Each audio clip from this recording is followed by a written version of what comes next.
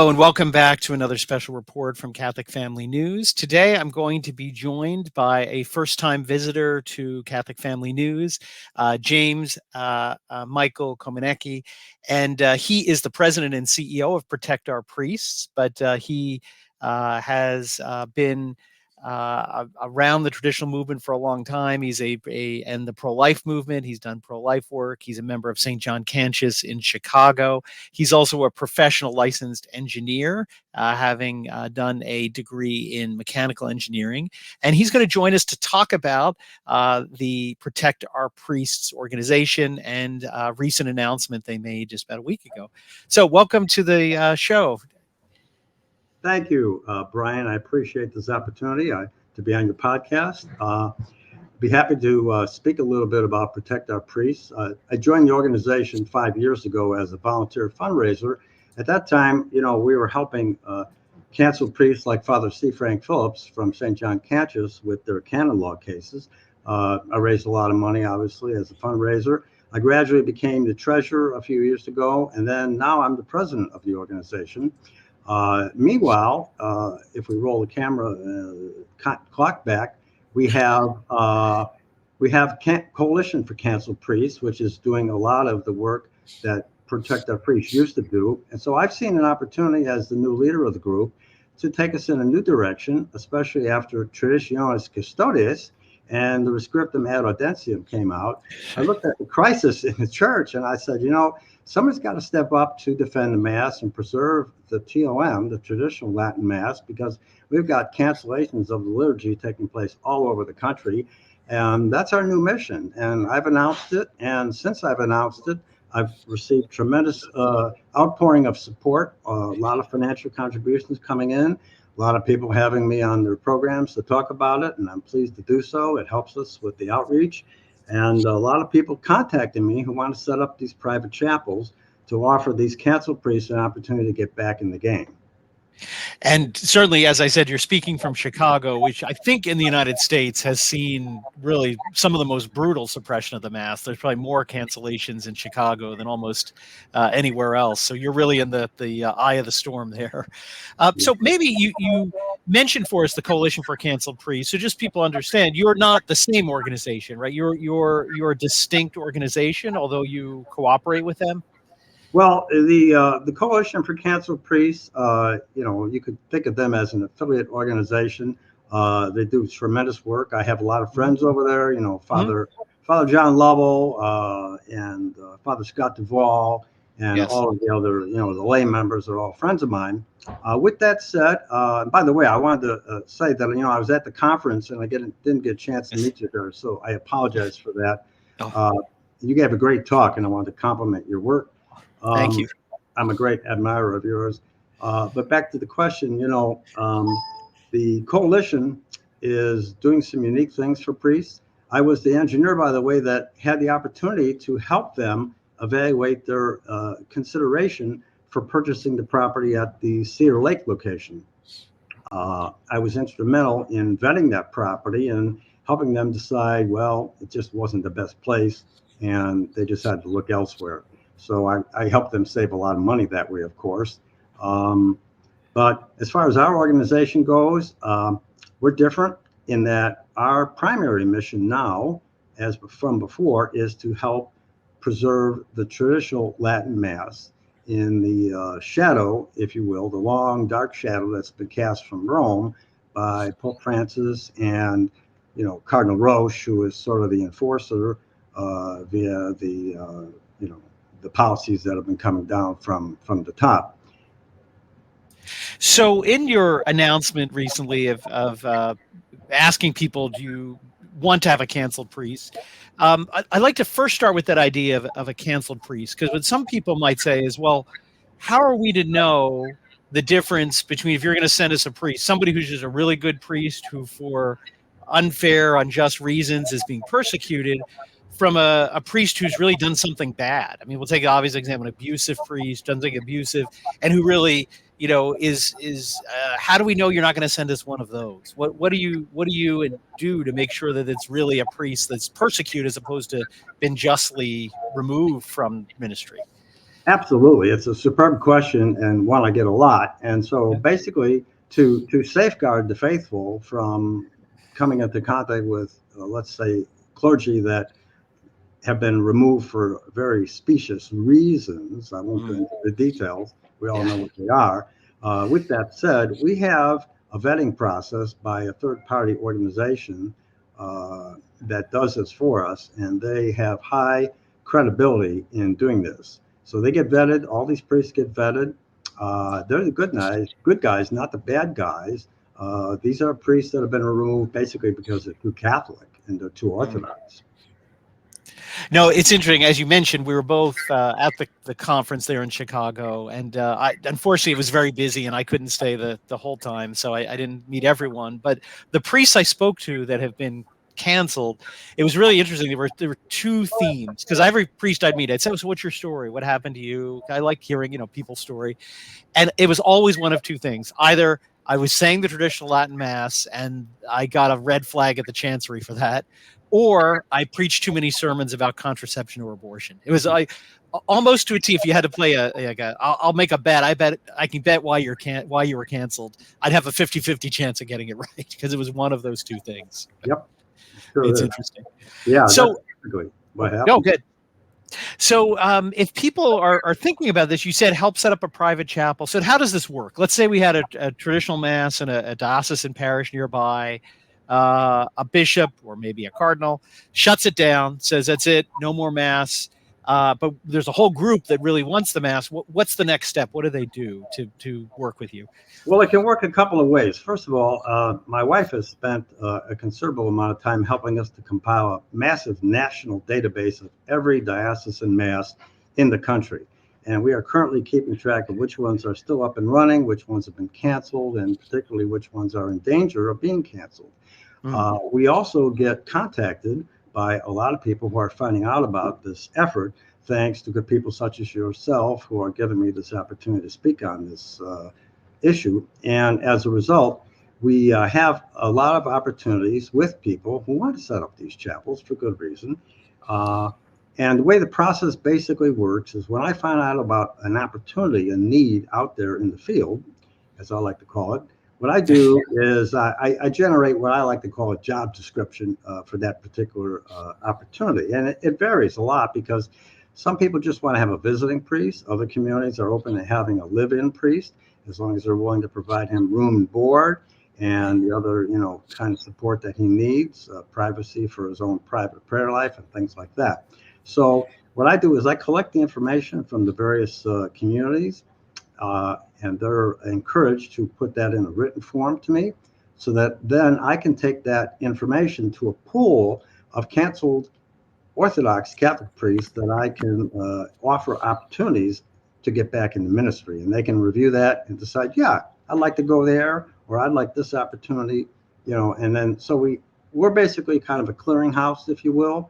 I call it a matchmaking service of sorts, where we put opportunities out there for these canceled priests, and that's something that they can choose to get involved in. So we're opportunity makers. So I'll go play devil's advocate to the next question I'm sure you get. Well, how can we do this? Isn't this illegal? Aren't these wildcat chapels? Isn't this against the law, bringing in a priest, to a quote private chapel? So yeah, it's a great question, and it comes up all the time. And Brian, as a natural consequence, I've anticipated this question and I prepared for it. The truth of the matter is, if we look at history, okay, if we go back to the 1970s even, Michael Matt at the Remnant talks about this a lot. Back in the 1970s when, the new mass was really being rolled out in force, a lot of underground masses existed. Now, back then, we didn't have canceled priests like we have today. This is a wholesale problem of another scale taking place today, of a much graver nature. And so we're operating right now in several respects. We're kind of like SSPX in that they acknowledge and recognize that there's an emergency crisis taking place in the church. Yep. We're not the SSPX, of course. We're strictly working with diocesan priests. And I would say this, that the justification for doing that really goes back to the principles of St. Thomas Aquinas that you yourself have spoken about. Uh, we've got law coming down from the Vatican that really appears and is, to me, very arbitrary and not reasonable at all. So it kind of violates, the definitions of what good law is. And as St. Augustine said, unjust law is no law at all. So I would say that we're operating under those kinds of principles today in stepping forward and, standing up and speaking out, as my friend Father James Altman has talked about. We're just trying to do some good work here and keep these priests in ministry. They've invested a lot of time in the seminary, training and learning how to be priests and how to save souls out there in Holy Mother Church. So we're there to help them accomplish that goal. Absolutely right, and you're right. As I said, I was playing devil's advocate to get the question on the table, but you're right. Necessity knows no law. When you're in a crisis, the normal means of doing something have to often be suspended, and if do something that may not be the way things were done in 1945, but in the midst of a crisis, just like in the war. My great grandfather fought in World War II. Well, the way Mass was celebrated sometimes was a Mass kit on the back of a Jeep in a field in France. That's not the typical way you say Mass, Right. but you're in the middle of a war. So it's an unusual crisis situation. And, you still have to do everything properly, but the manner can be a little different. But you are setting up, again, to be clear, you're setting up, these are private chapels. You're not trying to establish parallel hierarchical structures with parishes, and you are just trying to meet the direct need for the sacraments. Is that right? I mean, your priests are not claiming to assert jurisdiction or No. hold positions within the governance of the church, correct? Not in any respects, no. These masses are private masses. These council priests have the faculties to say and offer a private mass daily, and this mass is just going to be unadvertised. It'll be word of mouth, and if someone shows up and wants to attend, they're welcome to. They're not going to be challenging the authority of any bishops or any other church hierarchy members in any respect at all. Right. That's the plan. Yeah. So about how many places do you think you could help? What's your pool, let's say, of potential priests to get out there? Great question. Well, right now I've got access to a pool of about 50 to 60 canceled priests. Wow. There's a lot more canceled priests around the country. Father Altman at the conference estimated that it could be as high as 2,200. Wow. Yeah, that's a lot of men taken out of ministry. And so the pool is only going to get larger, Brian, as we go forward. And I see the opportunity for this to grow dramatically in the years ahead. And things are going to get much worse before they get better. I'm sorry to say that. It's very sad, but we're going to do what we can to help the liturgy survive in exile. We're back in the catacombs, as Michael Matt would say. Yes, very true. Very true. So, again, you mentioned, let's say, for the SSPX, for example, and said you're not. And one of the things, the conference we went to, the theme of it, as you know, was House United, which I really appreciated Father Lovell's vision, because we really said, look, this crisis is huge. It's more than any of us can cope with, and we need different organizations that have a particular aspect of it that they're dealing with. But is it possible to do that without fighting among ourselves, is best way to put it? I mean, it almost seems there's sometimes a tendency among some traditional groups that it's, me or the highway, right? Unless you're with my group doing my thing, I'm going to tell people to stay away from you. What do you think about that? And what's your approach towards if somebody says, well, I've got an SSPX chapel up and running with plenty of room right here. Can I go to that, or do I need to talk to you? How would you deal with situations like that? Well, that's a great question, and I do get that question a lot. One of the things I do right now is I try to prioritize communities for the limited pool of priests that we do have. There's a great need west of the Mississippi River, where if your diocesan mass goes bye-bye, then your ability to get to a TLM is very limited unless you want to drive, extraordinary distances to some other opportunity. But if there's an SSPX mass nearby, there's nothing wrong with going to an SSPX mass. I do encourage that. Our friend Kennedy Hall talks about this a lot. I had some great conversations with him at the conference, and the situation is that we're on a battlefield right now, and we have to keep this in mind. We're under attack. There's a civil war taking place in the church. It's a time of tremendous crisis that great saints have foretold us about these times, these dire times. And in my view, this is a crisis not unlike something like we saw with the Arian crisis in the 4th century in terms of its impact. Of course, there's no denial now about the real divinity of Christ taking place, but the severity of the crisis is probably even greater than it was then. But famously, St. Athanasius said, they have the buildings, we have the faith. So I think we're kind of operating on that principle, basically.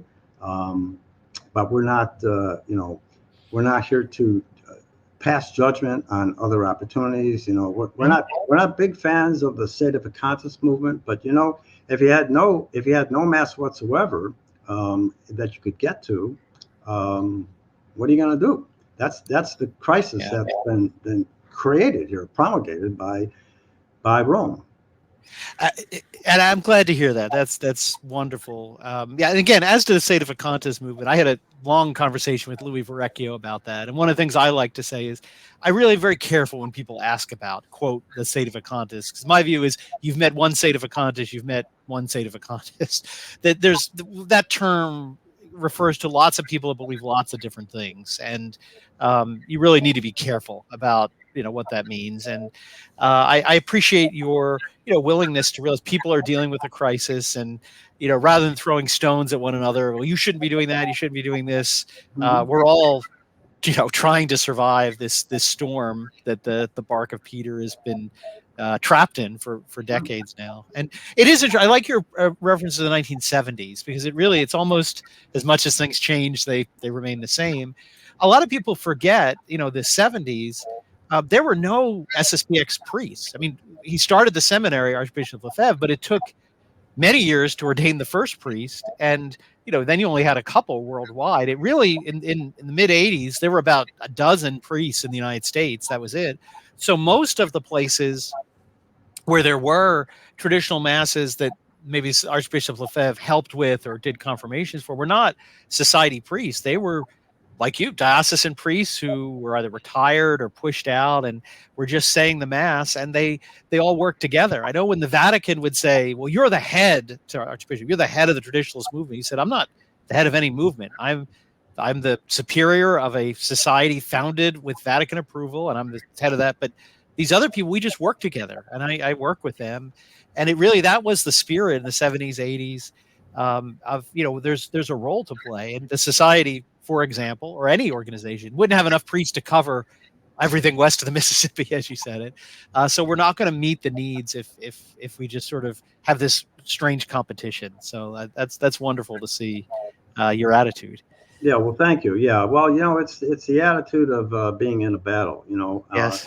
It's often been said that the troops in a foxhole cannot be atheists on the battlefield. And yes. So they have that unity. And I'm looking at it from that point of view. That's how I truly feel in my heart, my soul. Yes. We're not here to bash anybody. And I think I'm also very much in unity with the concept that Michael Matt has put out there, which is unite the clans. Let's do that. Let's be unified. And that's the theme of the conference that we just came back from in Rosemont, Illinois, too. So. Yes. So switching back to the practical level, so you mentioned set up a private chapel. So if people want to do that, there's physical needs. They obviously need a place, a location, but then in order to offer the sacrifice of the Mass worthily, there are certain objects that you need. You need vestments and altar cards. And how do you provide some help for people and be able to assemble the things they need, the minimum things they need for a priest to offer Mass? Oh, yes, we do. We have at our website, protectourpriests.com, we have a plethora of available resources there, and that list is growing and will grow as we get further into this. But we do offer those opportunities to have the faithful make those purchases. They can buy simple Mass kits and other supplies for their home chapels. And home chapels do vary, quite considerably. Some are very extravagant, very lovely and beautiful, and others are more simple and, just to the point. But as long as they meet the basic criteria, that's what's needed right now. And I want to say something too, we're kind of in alignment, in my mind, with what Archbishop Vegito has talked about. He's been very outspoken about the need to set up home chapels, and even Bishop Snyder is endorsed it too. So we're taking our, if you will, marching orders kind of from people like that, great people like that. And so actually you anticipated my next question, because as you know, Archbishop Vegito issued a kind of a call to set up an organization to support canceled priests or priests that have been unjustly removed. And so do you have an affiliation with his movement, or how is there any connection with Archbishop Vegito? Well, we don't have a formal affiliation. I wouldn't mind having one, actually, but we're in my mind, we're in alignment with that directive that he's issued about the need to have home chapels, and that the faithful, the laity, should do that. And it's also kind of in alignment with the Venerable Archbishop Fulton Sheen, what he has said about, the laity will save the church, and I do believe that. I think when Rome, like it presently has fallen for the second time to the barbarians, it's up to the lay faithful to step up and do something about it. Mm. Well, and again, you mentioned getting a mass kit, and again, it's something maybe for someone who's just gone to mass their whole life, haven't thought about, may seem intimidating. Like, I don't even know what to do. But as you said, you have resources out there, for that to help people. And there is a lot out there. I mean, I'll just share a really interesting story. So my oldest son has been a priest for a year, and he's in the missions in South America.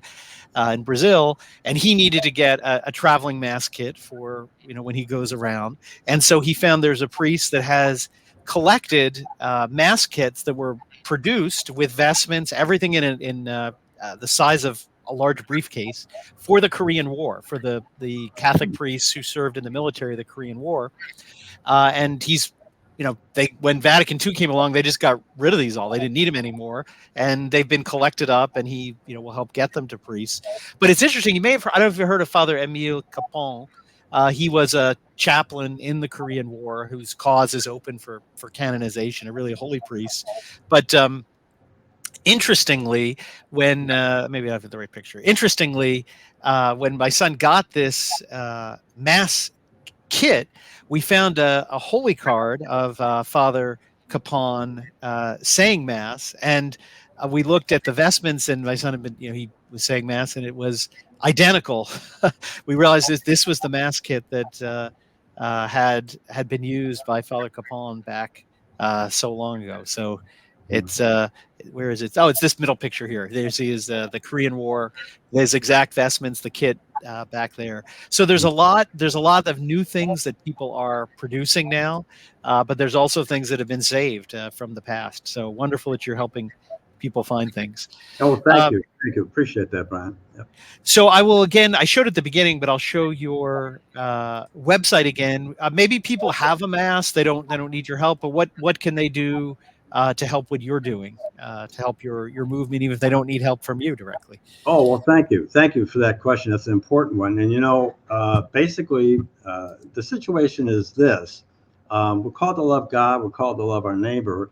And even if your TLM is up and operating and it's not in danger, I would urge everyone to think about your neighbors down the road, maybe a couple 100 miles down the road, or perhaps in another state or another part of the country. And toward that end, we do need financial contributions to do the work we're doing. Now, I will say this, we're kind of a lean organization. No one gets a salary. We're all volunteers, including myself. I don't get a salary, nor do I want one. I'm doing this strictly altruistically to achieve the goals that I've stated. But with that said, we do have some operating expenses. We do have some travel costs, some office expenses. We have our primary office in Chicago, Illinois. We have our vice president, Beverly Coscarelli, who mans that office. And, as a president, I have a different office. I'm actually in Sioux Falls, South Dakota. So we have two locations. Here, I'm very close to where the greatest need is, west of the Mississippi, but I'm able to travel other places too. I'm going to be at the Catholic Identity Conference that's coming up. I'm going to meet a lot of great people there as well. And I do want to give some thanks to John Henry Weston that's given me some publicity at LifeSite News. He had one of his great reporters give us a story there. I was interviewed for that, and things like that are helping us. So two things, financial contributions and publicity. Those are the things we need the most right now. Great, great. Well, thank you for what you're doing to help get priests places where they're needed in this time of crisis. And good luck with all the work you do. And please, I guess ask all our viewers to at least at minimum pray for these priests, particularly because as difficult it is for the laity, it's even more difficult for priests right now. And we don't want to forget, how difficult that step is. To realize if you've gone through the seminary, you thought this was going to be your whole life, and to have everything be cut off. And a lot of these priests are cut off from financial support. They don't have a way of sort of supporting themselves. And, to stand up and do what's right in the face of the unknown involves great fortitude. So we need to pray for these priests. They need it. It's sometimes the laity may downplay what a difficult trial they may be going through and having to endure this and to bring the sacraments to the laity. So thank you very much, James, for your work, and thank you for joining us at Catholic Family News. Well, thank you, Brian. You're very welcome. It was a pleasure to be on the show, and really appreciate this opportunity. Thank you. God bless you. Great.